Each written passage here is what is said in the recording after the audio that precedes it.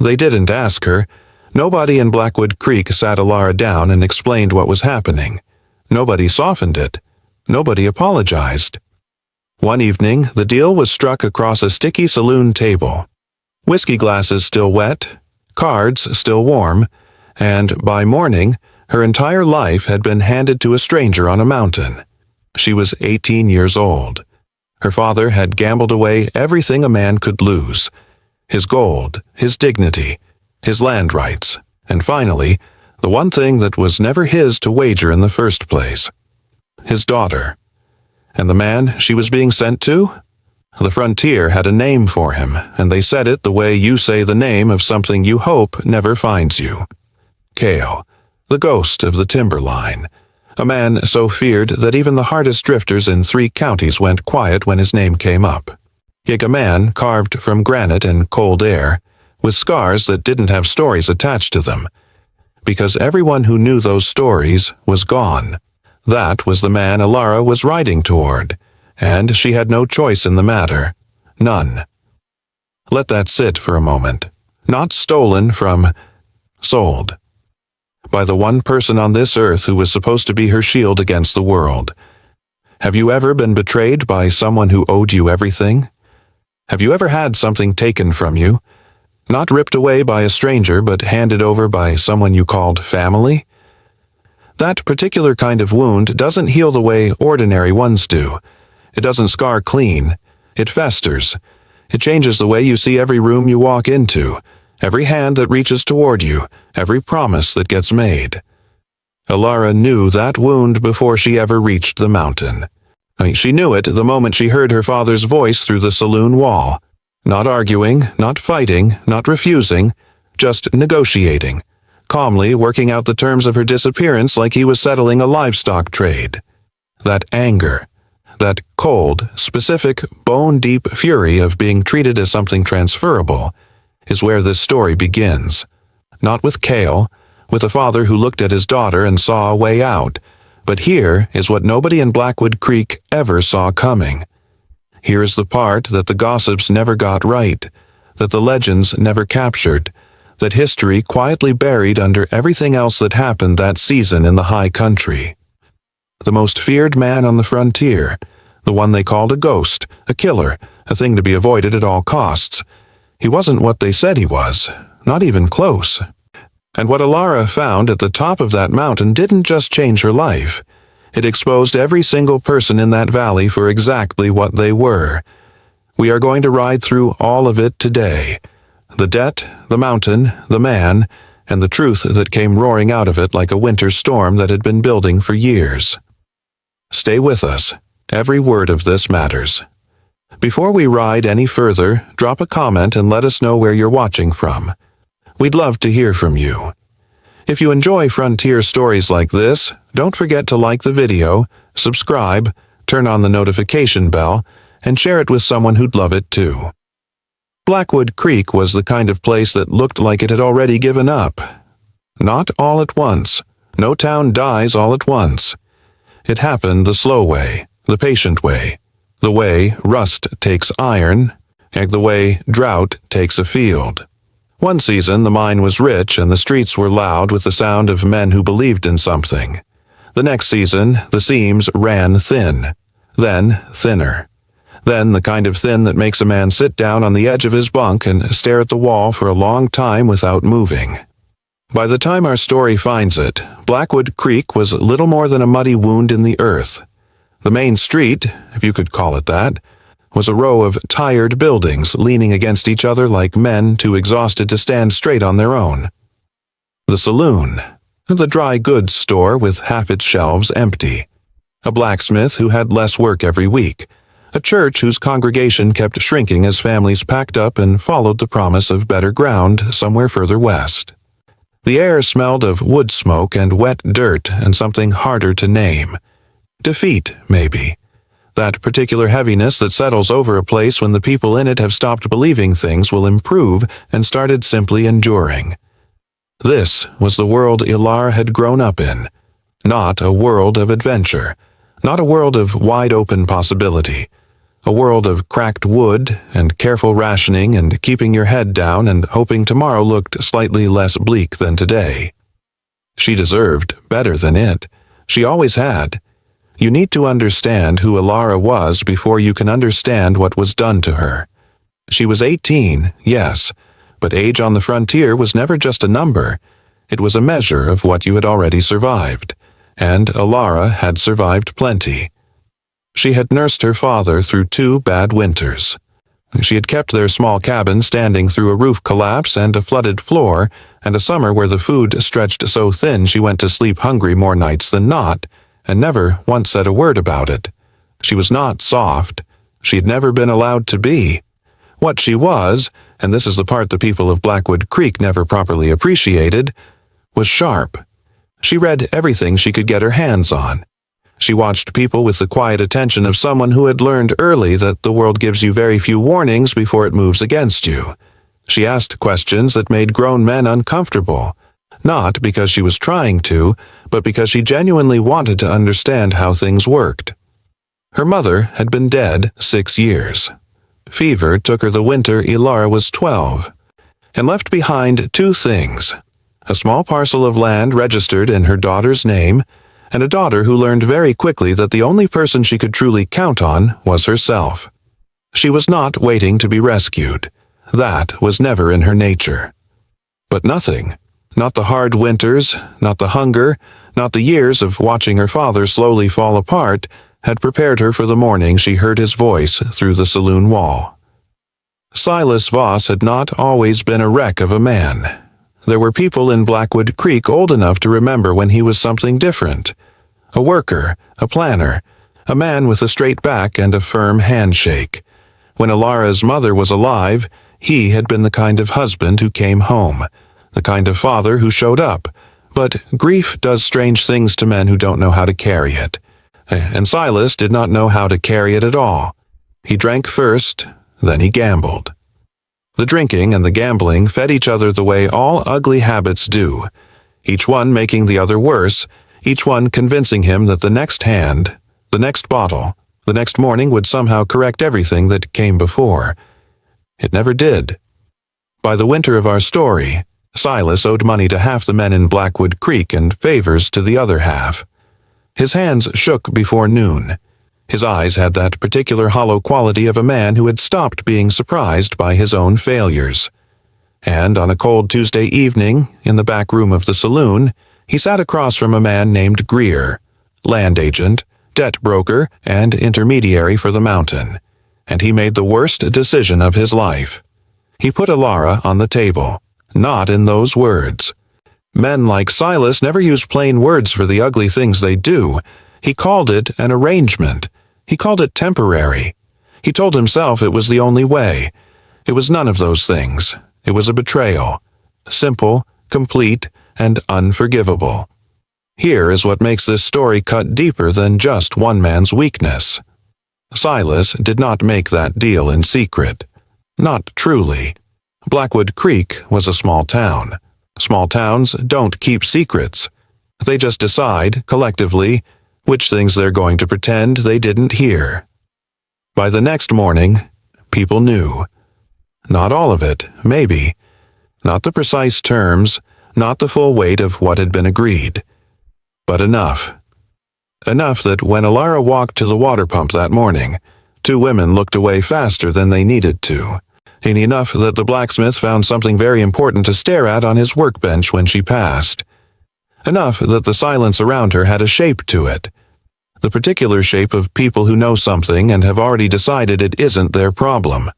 Not one person stepped in. Not one person knocked on Silas's door that night to say, "This is wrong. This is not something we allow here." Not one person offered Elara a way out, a place to go, a single alternative to what was coming. Have you ever been in a room full of people who all knew something was wrong and chose silence anyway? Have you ever watched a community fail someone in plain sight and call it minding their own business? Comment below, because we want to know what you think. Was the town just as guilty as Silas, or were they simply afraid?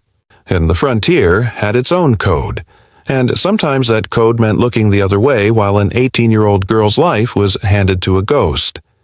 Every frontier town had one. A name that changed the temperature of a room. A name that men lowered their voices to say, not out of respect exactly, but out of something older and less rational than respect. Something closer to the instinct that makes you stop walking when you hear an unfamiliar sound in the dark. In Blackwood Creek, that name was Kael. Nobody remembered exactly when the story started. That's how it always works with legends. They don't announce themselves. They accumulate. One account becomes two becomes 10, and somewhere between the telling and the retelling, the man disappears entirely, and only the myth remains.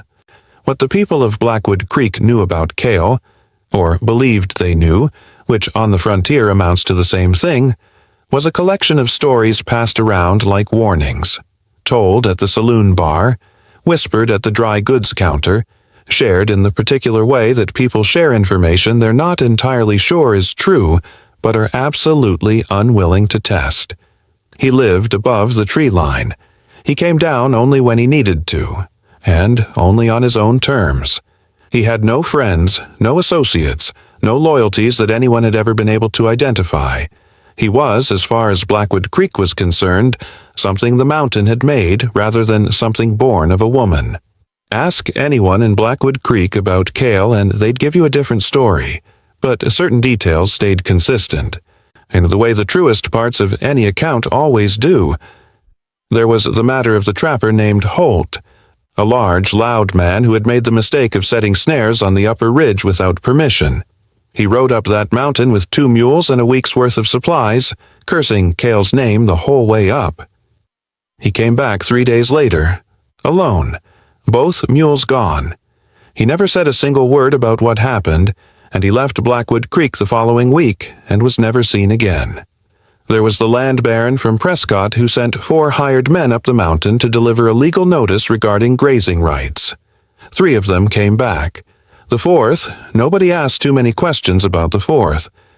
There was the winter. Kael disappeared entirely for 6 weeks. No smoke from the chimney, no tracks on the lower trail, nothing. And then, one gray February morning, he simply reappeared in town, bought flour and gun oil, and rode back up without a word of explanation to anyone. People filled that silence with their imaginations. The frontier is a place where the unknown expands to fill whatever space you give it, and Blackwood Creek had given Kael's silence an enormous amount of space over the years. Most people don't ask why a man becomes a legend. They just decide what kind of legend he is. Nobody who had actually stood close to Kael and lived to describe it gave the same account twice, but the general shape of the man that emerged from a dozen different descriptions went something like this. Tall, genuinely, uncomfortably tall, the kind of height that makes a doorframe feel like a suggestion. Built the way men get built when their work is the mountain itself. Not the sculpted, performative muscle of men who want to be seen, but the dense, load-bearing kind that comes from years of hauling timber and breaking ice and surviving at elevation where the cold alone will kill the unprepared. His face carried scars. Not the neat, single-line kind that heal well and fade to silver, the ragged kind. The kind that come from situations where survival was not guaranteed and cosmetic outcomes were the last consideration. His eyes, according to every account without exception, were unsettling. Not violent, not wild, something quieter than that, and somehow worse. The eyes of a man who had looked at enough hard things that very little registered on his face anymore.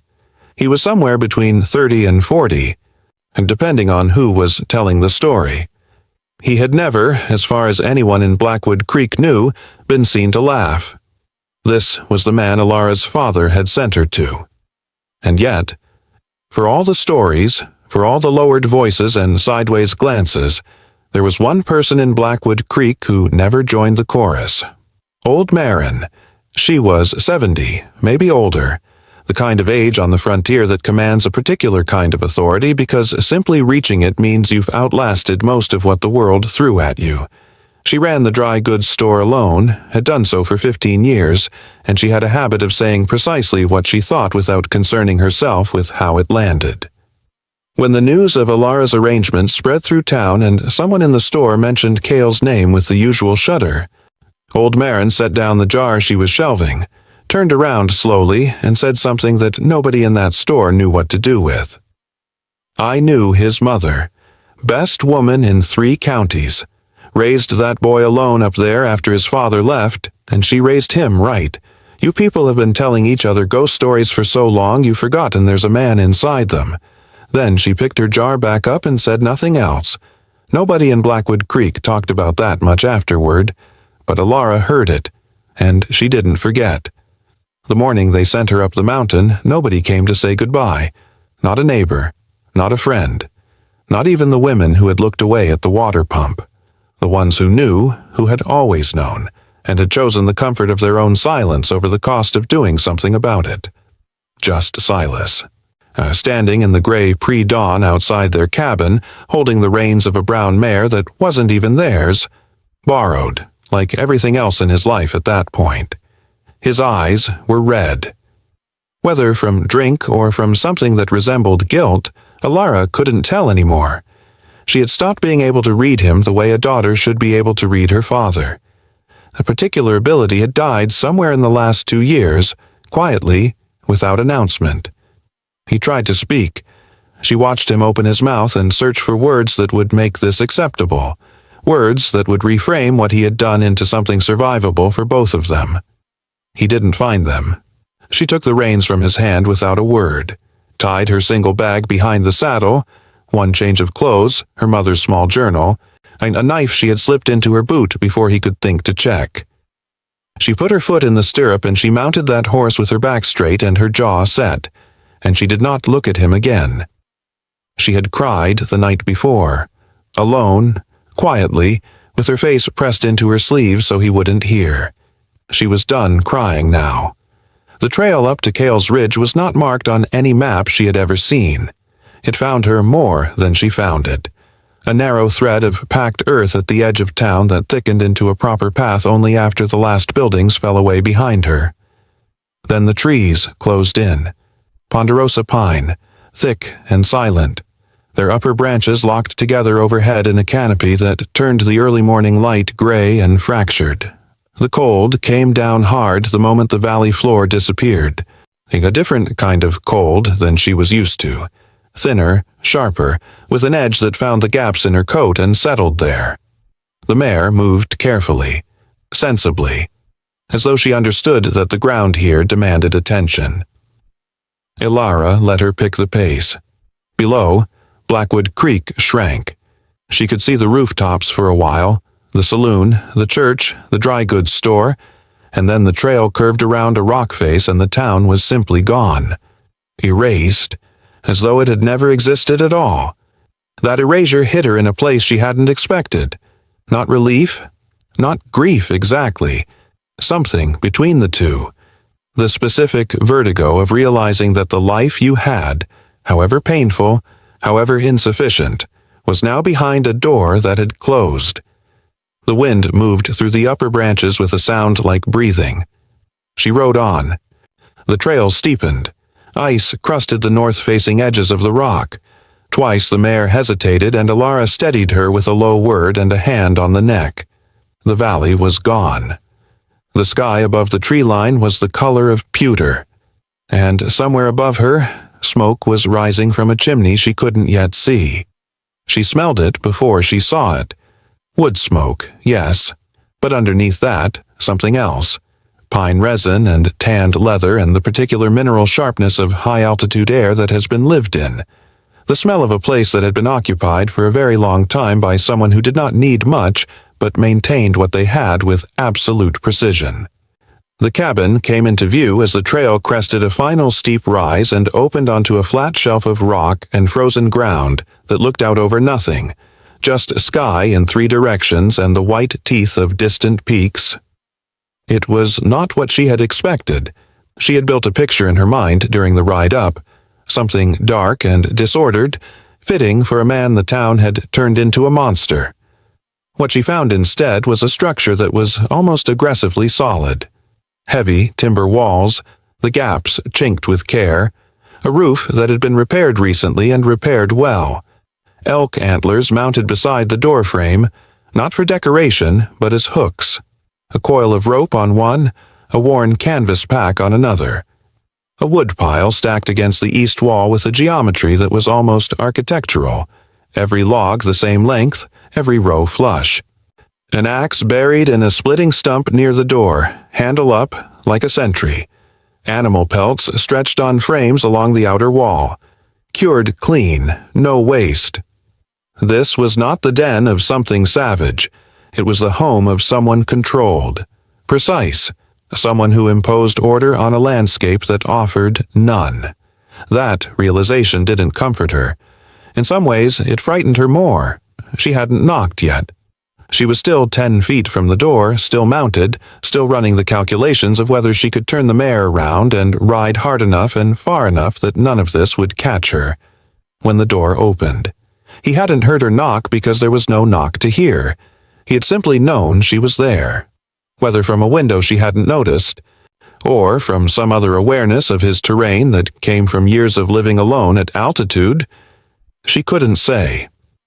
But the door opened, and he was in it, and the image of him standing in that frame was something that lodged in her chest and didn't leave. Everything the town had said about his size was accurate. He filled the door frame the way load-bearing timber fills a frame, completely, structurally, without apparent effort. The bear fur coat added breadth to shoulders that didn't need it. His face was turned slightly toward the light, and she could see the scars clearly. One running jaw to cheekbone on the left side, another across the bridge of his nose, older and flatter, long-heeled. He looked at her. Not the way men in Blackwood Creek looked at her, measuring, dismissing, or pitying. He looked at her the way someone looks at a problem they have already anticipated and prepared for. Assessing. Neutral. He said 4 words. "You made good time." Then he stepped back from the door and left it open and walked back inside, and the implication was clear. She could follow, or she could stand in the cold. There was no welcome, no threat, no performance of either cruelty or kindness, just those 4 words and an open door. Elara sat on that horse for a long moment. Then she dismounted, tied the mare to the post beside the stump, and walked inside. The door closed behind her. The valley, and everything in it, was gone. The inside of the cabin stopped her at the threshold. Not because it was frightening, because it wasn't. She had prepared herself for squalor, for the kind of interior that matched the legend. Bones on the floor, maybe. Darkness. The stench of something unnameable. What she found instead was a single large room that was, above everything else, orderly. A stone fireplace dominated the far wall, the fire built correctly, not thrown together for fast heat, but constructed for long, even burning. A heavy table, 2 chairs, shelves on the east wall holding tools, provisions, and stacked supplies arranged with the same deliberate geometry as the woodpile outside. A iron cooking pot, clean. A tin cup, upended to drain. And on the shelf nearest the fire, half hidden behind a row of glass jars, the spines of several books. She noticed them immediately. Filed it away without reacting. The room she was shown to was small and separated from the main space by a heavy curtain rather than a door. A rope bed with a wool blanket folded at the foot. A single hook on the wall. A narrow window that faced east toward the first light. It was spare. It was clean. Kael stood in the main room with his back to her, feeding the fire, and said without turning around, "There's food on the table. Eat. You'll start contributing tomorrow." Not cruel. Not kind, functional. Elara sat down and ate, and watched him from the corner of her eye, and tried to understand what kind of place she had ridden into. By the second morning, the rules had been made clear. Not through a speech, not through threats or demonstrations of force, through the quiet, consistent way Kael operated. A routine so established and so precise that its edges became apparent the moment she brushed against them. She was not to leave the perimeter of the cabin alone. The mountain had its own dangers that had nothing to do with him. Drop-offs obscured by snowdrift, predators on the lower ridge, trails that looked passable and weren't. This was stated once, plainly, and not repeated. The shed at the back of the property was his space. She was not to go into it. She was expected to contribute: meals, fire maintenance, the daily clearing of the path to the water source. Not as punishment, as function. The mountain demanded upkeep, and upkeep required 2 pairs of hands. Simple as that. He did not explain himself beyond what was operationally necessary. He did not ask about her life in Blackwood Creek. He did not express curiosity about her thoughts, her feelings, or her adjustment to the situation.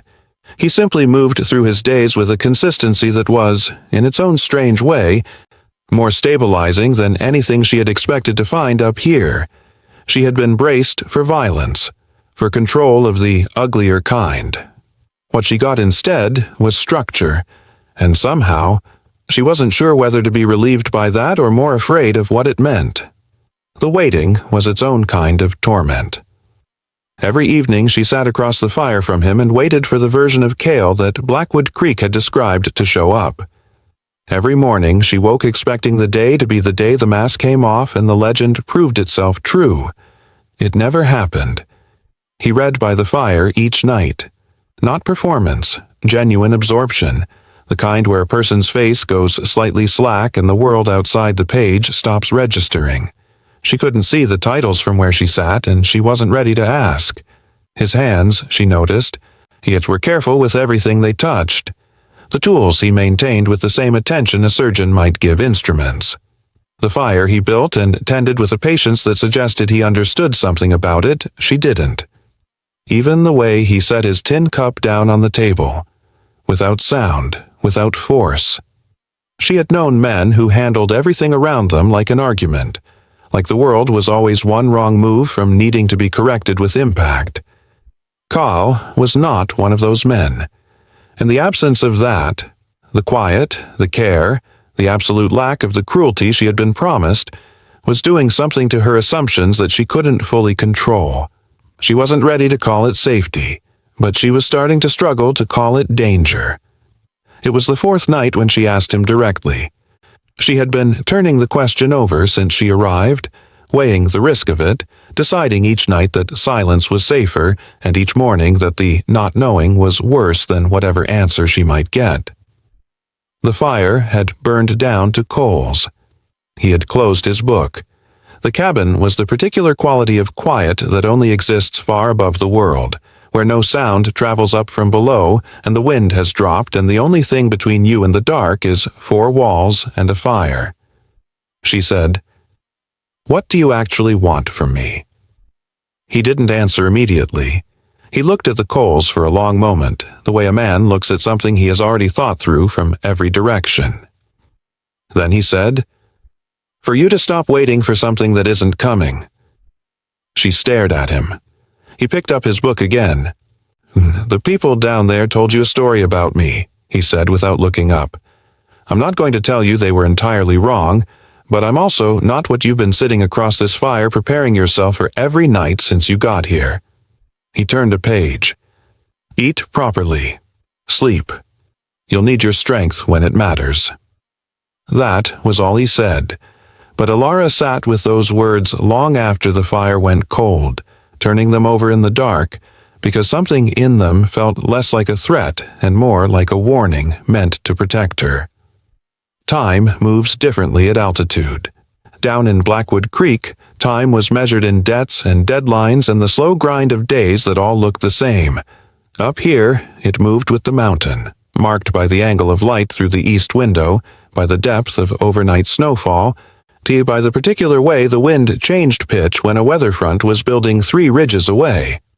Elara learned to read those rhythms, not because anyone taught her, because survival at elevation is an education that happens whether you consent to it or not. 2 weeks passed, then 3. The terror of the first nights faded, not into comfort exactly, but into something more workable. Wariness, watchfulness, the particular alertness of someone who has stopped expecting an immediate threat and started paying attention to the longer patterns instead. She learned his schedule the way you learn the layout of a dark room. Slowly, by feel, building a map from small repeated contacts. He rose before light. He worked the property until mid-morning. He disappeared into the shed for hours at a stretch. He emerged for the midday meal. They ate without conversation, returned to whatever occupied him. Evenings always the fire and the book. The routine never varied, and in that consistency, something unexpected happened. She stopped dreading the days. Not because the situation had changed, not because she had stopped wanting to leave, or stopped thinking about what had been done to her, or made peace with any of it, but because the mountain, and the man who kept it, operated on a logic she was beginning to understand. And understanding, even partial understanding, is its own strange form of ground to stand on. The first crack in the legend appeared on a Tuesday. She had been tasked with reorganizing the supply shelves. Practical work, necessary work, the kind that required moving things and putting them back in better order. She worked her way methodically across the east wall, and when she reached the shelf nearest the fire, she found herself face to face with what she had noticed on her very first night and had not been close enough to properly see. It wasn't a shelf of books, it was 4 shelves of books. She had only seen the front row before, the row visible from across the room. Behind it, stacked 2 and 3 deep, were more volumes than she had seen outside of a proper library, and Blackwood Creek had never had a proper library. She pulled one out carefully. Natural philosophy. Dense, technical, the kind of text that assumed its reader had a working knowledge of mathematics and didn't slow down to explain itself. She pulled another. Land surveying. Detailed, annotated in the margins in a small, precise handwriting that she recognized immediately as Kael's. A third. Greek philosophy. Translated, the pages worn soft at the corners from repeated reading. She stood there for a long moment holding those 3 books, recalibrating everything. The frontier had a particular cruelty toward men who thought too much. Intelligence out here was not celebrated. It was treated as a liability, an oddity, something to be mocked in saloons and corrected by hard weather. Men who read were considered soft. Men who thought carefully before speaking were considered suspicious. So they hid it. Or they left.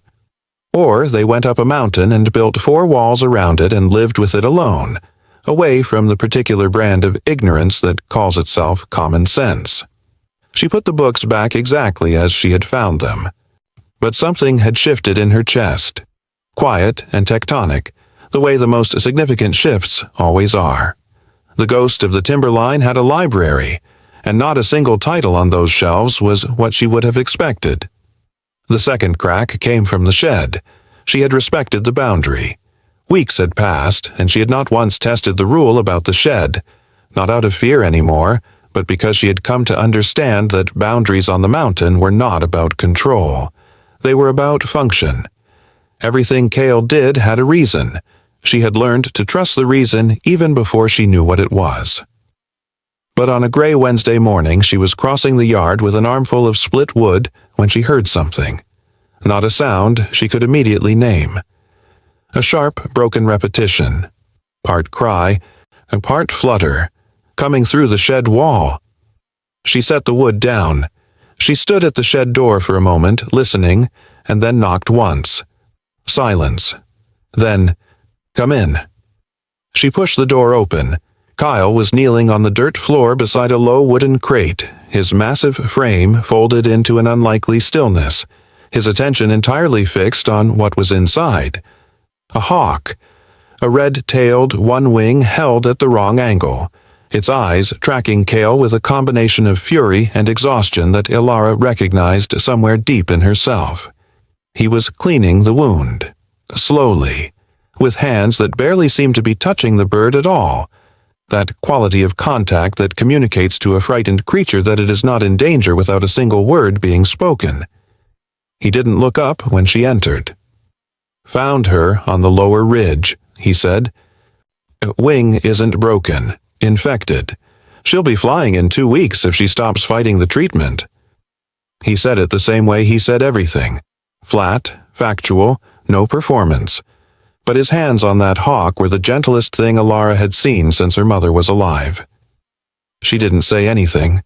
She stepped back out and closed the door quietly, and she stood in the yard for a long moment before she remembered she had wood to carry. After the shed, something between them changed. Not dramatically, not with declaration or acknowledgement, the way real things change between people, incrementally, in the small adjustments of how you occupy shared space. A half step closer at the fire, questions that got answers instead of silence, answers that occasionally led to other questions. She asked him once where he learned to read the way he did, with that level of depth, that range. He was quiet for long enough that she thought he wasn't going to answer. Then, "My mother kept books. After she died, I kept reading them. Then I found more." That was all. But it was the first time he had offered her something voluntary, something that wasn't operationally necessary, something that was simply true and shared. She told him about her mother's journal. He didn't ask to read it. He just nodded, as though the existence of it made sense to him in a way that didn't require explanation. Their evenings shifted from parallel silence to something that occasionally, briefly, resembled conversation. Not warm, not easy, but real. The kind of exchange that happens between people who have stopped performing caution at each other and started simply talking. And then, one night, she said something. A dry observation about the way the wind had been behaving all week, something small and slightly absurd, and Kael made a sound. Low, quiet, gone almost before it arrived.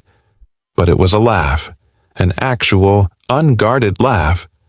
She realized she had been watching for it without knowing she was watching for it. A week later, he showed her what he was working on. He didn't explain why he decided to. He simply left the shed door open one morning, and when she looked in, he was already at the table, and the table was covered in documents. Survey maps, legal filings, land registry records going back 15 years. He cross-referenced and annotated with the same small, precise handwriting she had seen in his book margins. Letters, some official, some not, arranged in chronological order and weighted at the corners with river stones. She stepped inside. She looked at the documents for a long time. Then she looked at him. He met her eyes and said, "Your mother's land. The claim your father signed over was fraudulent. The original deed is still valid under territorial law, but only if someone can prove the chain of transfer was coerced." He turned back to the papers. "I've been building that proof." It was Elara who saw him first. She had taken to walking the eastern perimeter in the mornings. Within the boundary, always within the boundary, partly for the movement, partly because the view from the upper rock shelf gave her something the cabin interior couldn't. Perspective. The valley floor far below, tiny and distant, Blackwood Creek, a gray smudge against the white landscape that from this height looked almost harmless. Almost. She was standing on that shelf, hands tucked into her coat, breath clouding in the cold air, when the movement caught her eye. Far below, on the lower section of the trail where the switchbacks came out of the tree line, a single rider, moving slowly. Not the pace of someone who knew the trail, the pace of someone feeling their way. She watched him for a long moment without moving. Then she went inside. Kael was at the table with his survey documents. She didn't dramatize it. She simply told him, rider on the lower trail, moving up, unfamiliar with the path, alone as far as she could see. He didn't look alarmed. He didn't look surprised. He set his pen down with the same careful absence of sound he set everything down with, stood up, and crossed to the window. He looked for a long time. Then he moved the axe from the stump beside the door to just inside the entrance, handle up, within reach. He said nothing, but the message of that single action was entirely clear. The rider didn't reach the cabin that day. Whether he turned back at the midpoint or made camp on the lower ridge to wait for morning, neither of them could tell from the cabin. But his presence on the trail had already done its work. Kael's behavior changed. Not dramatically. He was not a man given to dramatic responses. But Elara had spent enough weeks reading the small signals of how he operated that the shifts were visible to her now. The way he checked the window at intervals that had no relationship to anything practical. The way he positioned himself at the table with his back no longer to the door. The way he secured the outer shutters that evening without explanation. Something he hadn't done on any previous night. He slept lighter. She could tell by the quality of the silence from behind his door, not the deep, settled quiet of before, but a shallower thing. A rest that was also a readiness. She lay in her own room and stared at the ceiling and felt the fear she had spent weeks carefully setting aside come creeping back in through the gaps. Not fear of Kael. For the first time since she had arrived on this mountain, something else entirely. Fear of whatever was riding up from the valley. She waited until the second morning to press him.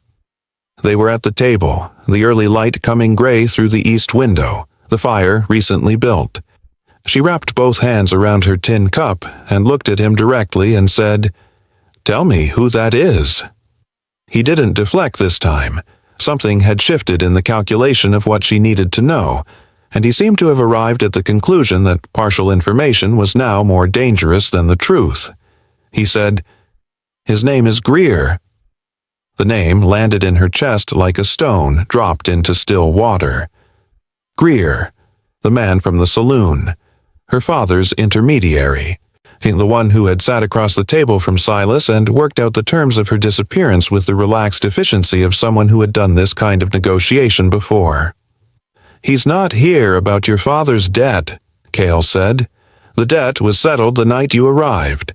Greer works for men whose interest in this mountain has nothing to do with gambling losses." He turned his cup slowly on the table. "There is a land registry filing under your mother's name that, if it holds, invalidates a property transfer that benefits 3 of the most influential men in this territory. Greer's job is to make sure that filing never reaches the territorial court."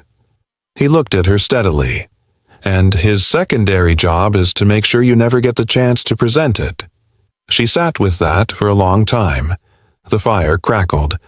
Outside, and the wind moved across the roof in a long, low note. The mountain went about its business, indifferent to the thing that had just restructured itself inside her understanding. She had come up here believing that the danger was the mountain, that the man across this table was the threat, the legend, the thing to survive and escape from. She had spent weeks in this cabin watching for the moment that story proved itself true. It had never proved itself true, because it was never the true story. The danger had always been below. It had been in the saloon, at that table in the careful hands of men who wore clean coats and spoke in legal language and had been quietly, systematically dismantling her future long before her father made it easy for them. Kael had not taken her to collect a debt. He had taken her because the valley was no longer safe for her to be in, and because he was the only person who both knew it and was willing to do something about it. She looked at him across the table. "You could have just told me," she said. He met her eyes. "Would you have come?" She opened her mouth, closed it.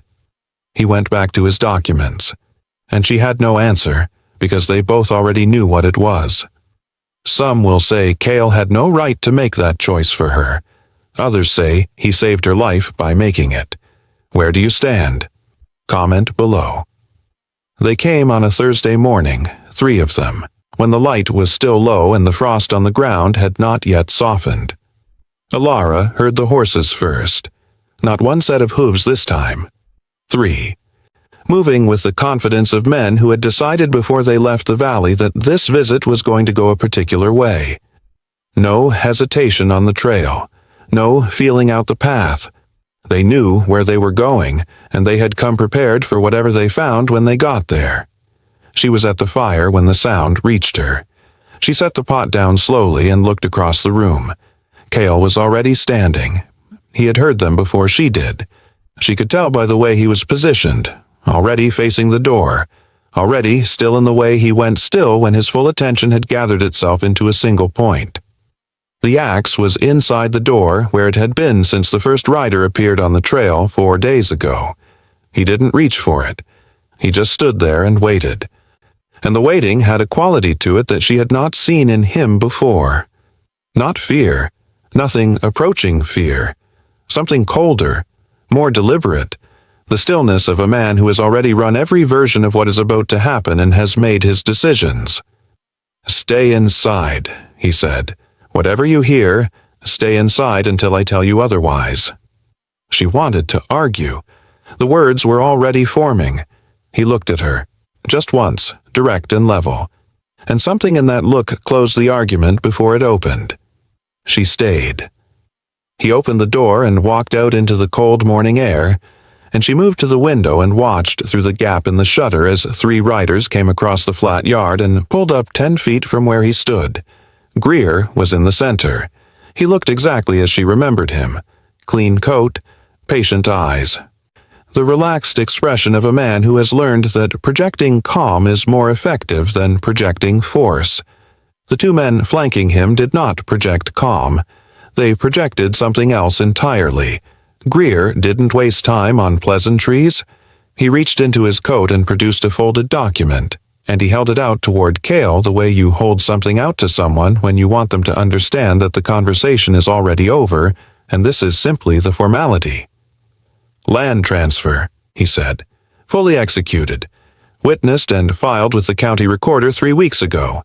The Voss parcel. All 40 acres now belongs to the Prescott Valley Land and Timber Company."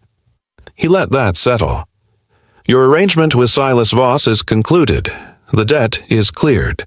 The girl can go wherever she likes. That's no longer our concern.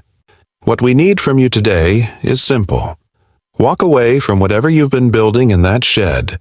Let the filing stand, and this ends cleanly for everyone involved." He said it with the smoothness of a man who had delivered versions of this speech many times in many different settings and had found that the cleaner the language, the less resistance it generated. Kael stood in the yard and looked at him. He said nothing for a long moment. The 2 flanking riders shifted in their saddles.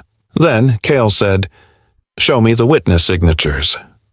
Greer's expression didn't change, but something behind it did, a fractional recalibration, the adjustment of a man who had expected a different kind of response. He held the document out further. Kael crossed the yard and took it. "Read it." Not quickly. Carefully, line by line, and the way a man reads something he already knows he is going to find a problem with. He handed it back. "Benjamin Holt witnessed this on November 14th, he said. "Benjamin Holt left this territory in September. I watched him load his wagon." Silence.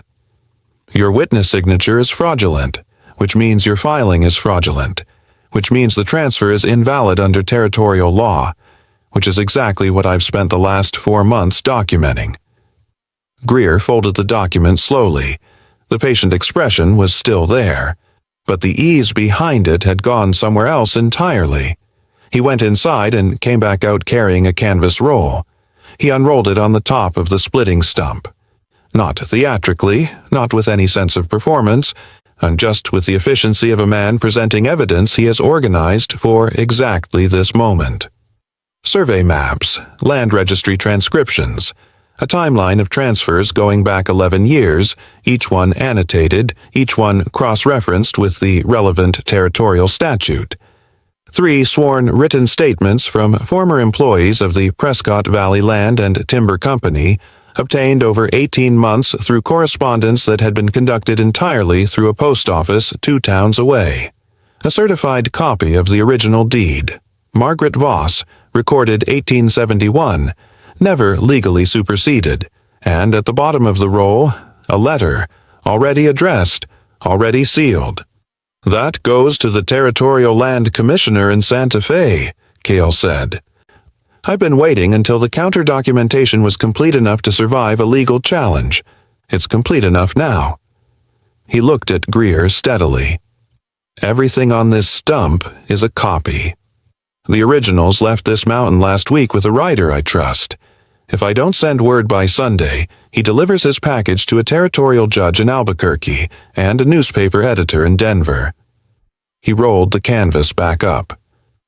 So, what you're deciding right now is whether you want to ride back down this mountain and let the courts handle it, or whether you want to do something on this property that gets added to an already substantial legal case against your employers.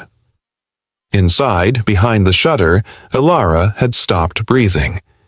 This was what he had been building in that shed. Not a project, not surveying work in the abstract. A case.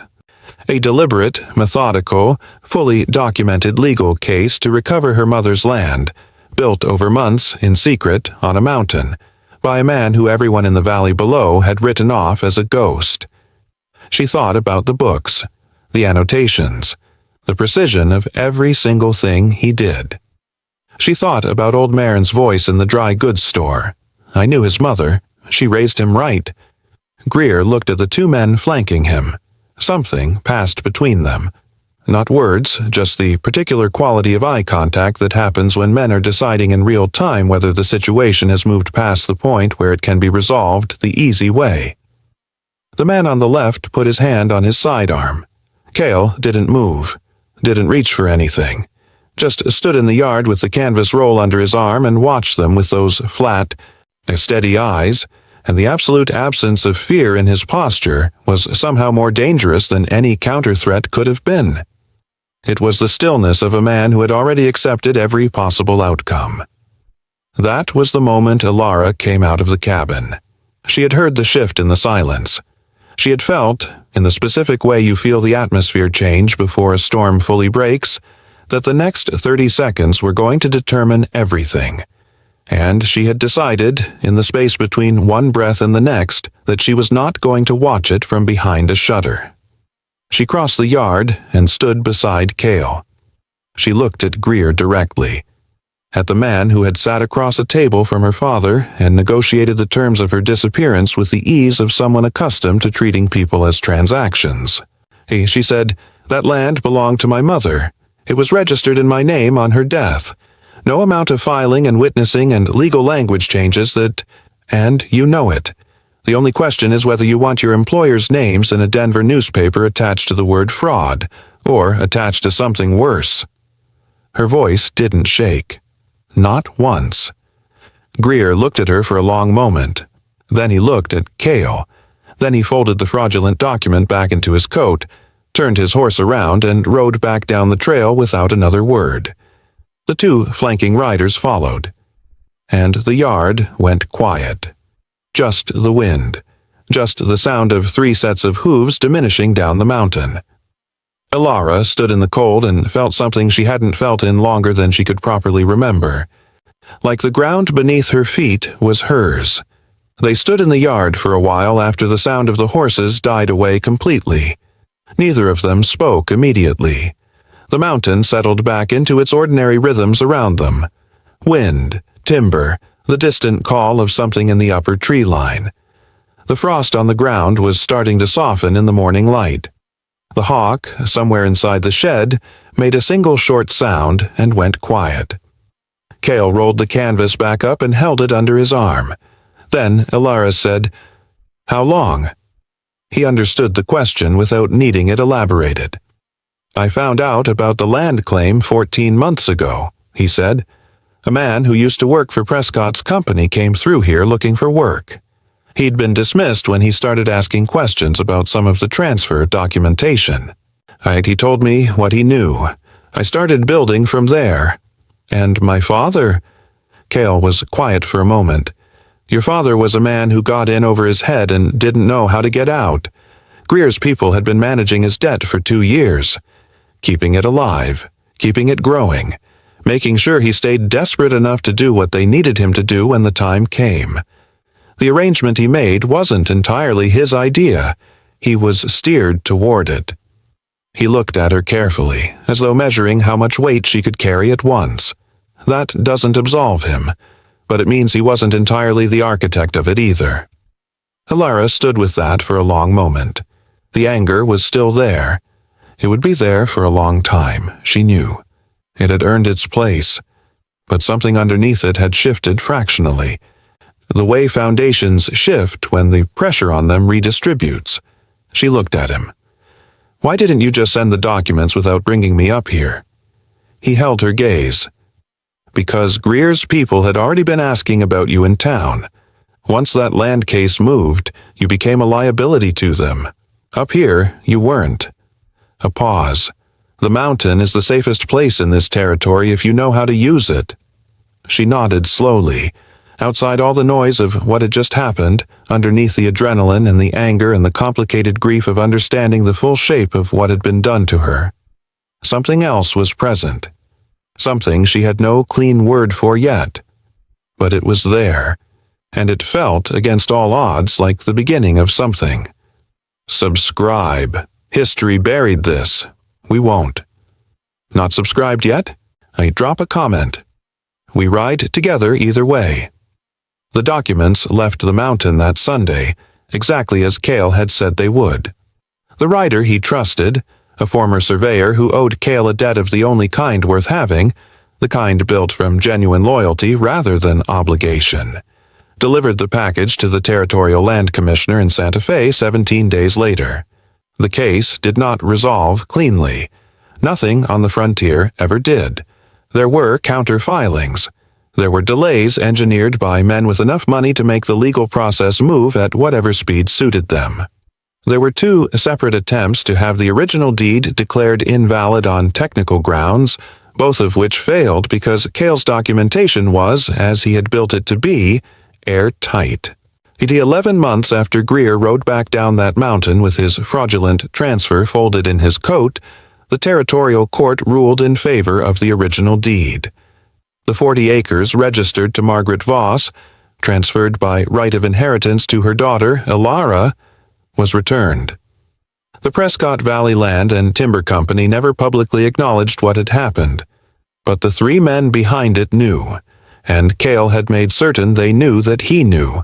That, on the frontier, was its own form of justice. Silas came up the mountain once. 3 months after the yard confrontation, on a morning in early spring when the lower trail had thawed enough to make the ride possible, he appeared at the cabin, hat in hand, eyes hollow, carrying the particular posture of a man who has spent months rehearsing an apology and arrived not entirely sure it covers what he did. Elara met him in the yard. She didn't turn him away. She also didn't pretend that what he had done existed somewhere it could be neatly forgiven and set aside. She listened to what he said. She told him the truth about what his decision had cost her, not with cruelty but with the full, unsparing clarity of someone who had earned the right to speak plainly. She told him she needed more time. He nodded, rode back down. He came back the following spring, and the one after that. Whether the distance between them ever fully closed, that is a question the frontier doesn't answer quickly. Some debts take longer than others to work themselves out. But she didn't close the door. And on the frontier, not closing the door means something. What grew between Kael and Elara did not look like the stories.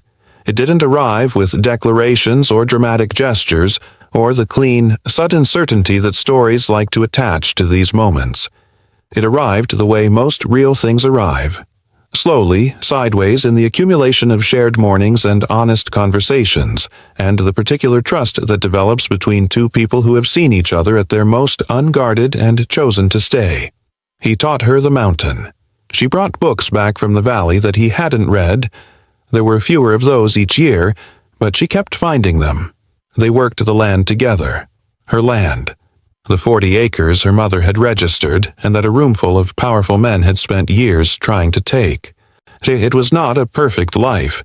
The frontier didn't offer those, but it was theirs. Entirely, legally, undeniably theirs. And nobody, not Greer, not the Prescott Valley Land and Timber Company, not any man in Blackwood Creek, could put a different name on it. Nobody in Blackwood Creek ever spoke of Kael the same way again.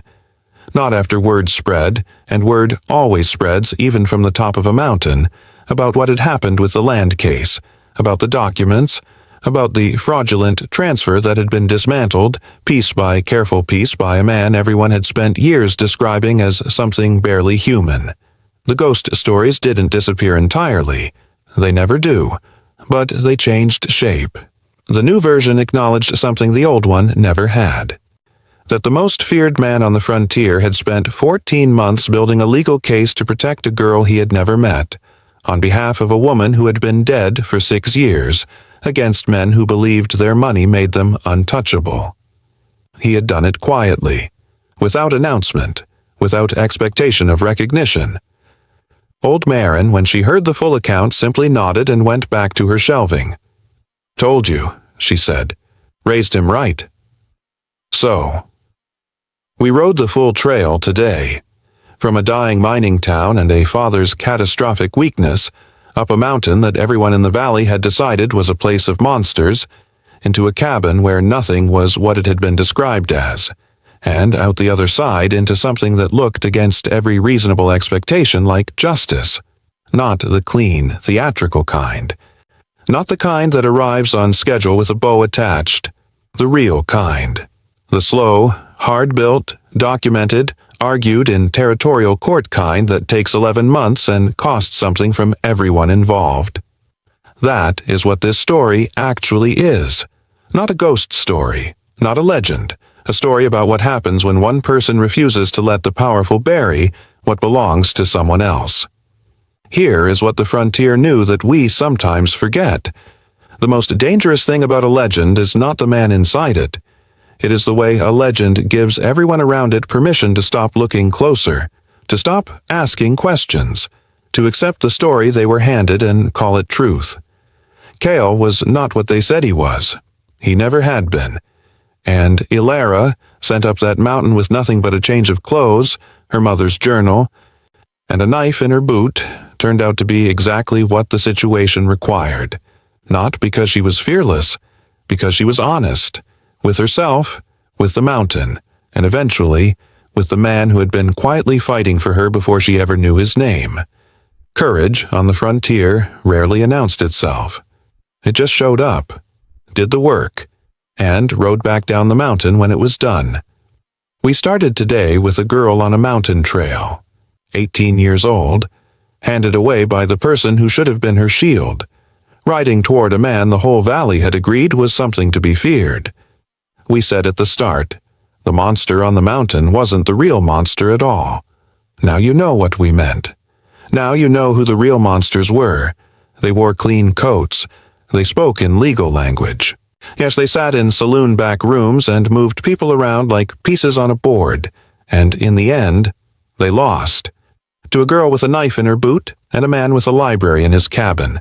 That is the Redwood Chronicles way. We find the stories history tried to ride past, and we make sure they get told. Drop a comment below. What hit you hardest about this one? Was it Elara's courage, Kael's quiet loyalty, or the valley's silence when it mattered most? We ride together. Until next time, stay on the trail.